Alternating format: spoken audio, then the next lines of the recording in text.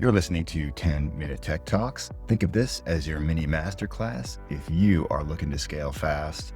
And I'm your host, Jonathan Kirshning with the Pittsburgh Technology Council, where I'm bringing you the insights from our guests on Tech Vibe Radio. We're some of the smartest people in the world scaling and building some of the coolest companies. They also have some of the greatest insights to help you not make mistakes while building your company. So are you struggling to keep your team aligned and motivated in today's rapidly changing business landscape? We all know building teams is the most important thing if your company is going to succeed.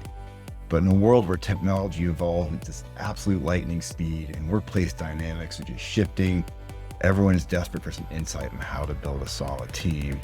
And I had Lisa Slayton of Tammin Partners and her partner Dominic Destasio of Force Builder stop by Tech Vibe to really give us a deep dive on how to build a team.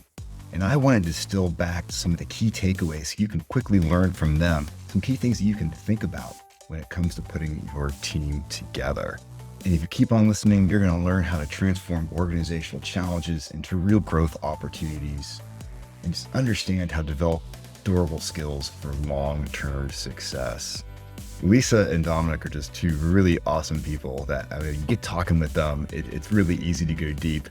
The way Lisa kind of started this thing off was really talking about how they're really like therapists for organizations, for lack of a better term. They get in there and they really look at what motivates the team. They get behind the psychology of the team. They almost put them on a couch and become their therapist. They're able to go through and see the tensions in the team and really start to begin that baseline to basically help diagnose and see where you can start building a better team. I think you can catch a lot from it. Let's start it off with Lisa talking about that.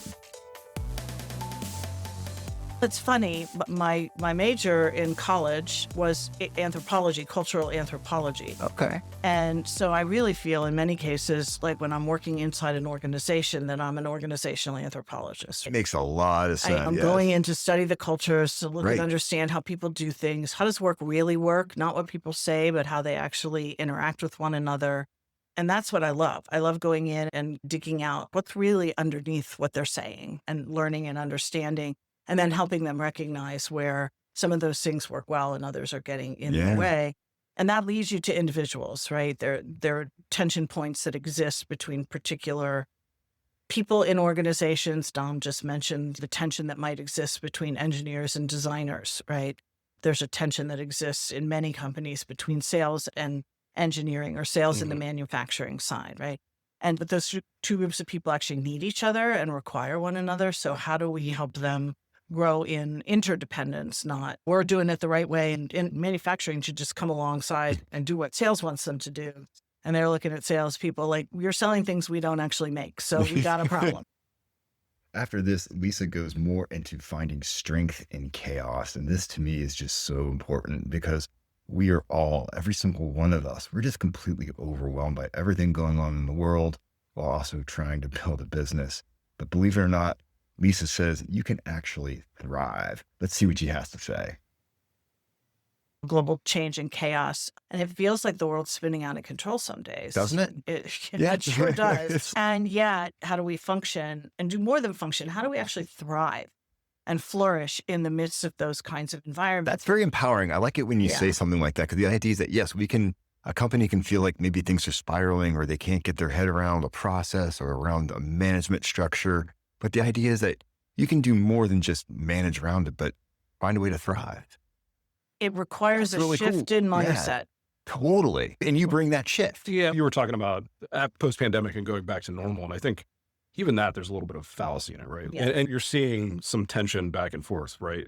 There are people who want to go back to whatever they felt normal was pre-pandemic. Right. And there are other people who are like, forget that. Let's make the future. It's created an opportunity for us to do something different and new and work differently together.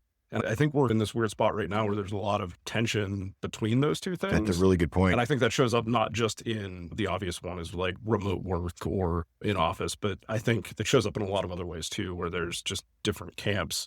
Some people just want to return to safety, right? What they felt was normal before, and other people are looking for the continued something flexibility, something new is an opportunity. Go. This is probably one of the hardest things for an entrepreneur or anyone to take.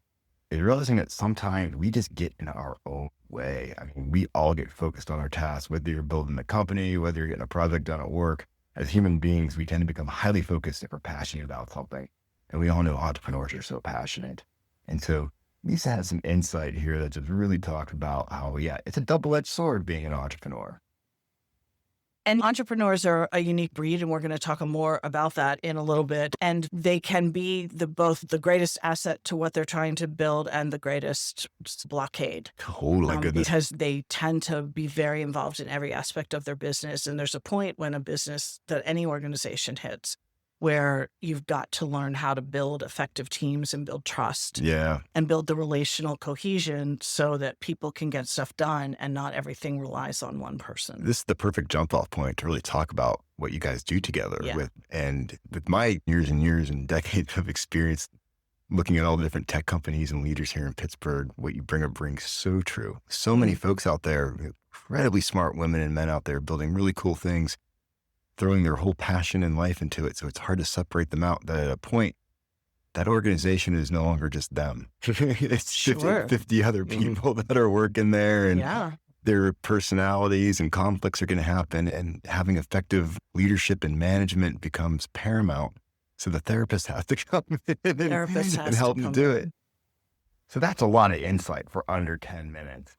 If you wanted to nerd out on the whole conversation, just click the link in the description, takes you over to the full Tech Vibe interview. We've got so much content over there. Like I keep saying, man, Tech Vibe is like this brain trust of just super, super smart people that have advice that you can just latch on to and build your company with. I really appreciate you hanging out with me as always, and I hope you keep on joining us because we love bringing you these insights. We want to help your tech company succeed. The Tech Council's been doing for like, oh my goodness, more than 40 years now. So I digress. I'm checking out. I look forward to seeing you on the next one. And once again, this has been Jonathan Kirsting with the Pittsburgh Tech Council. I hope you have an awesome day.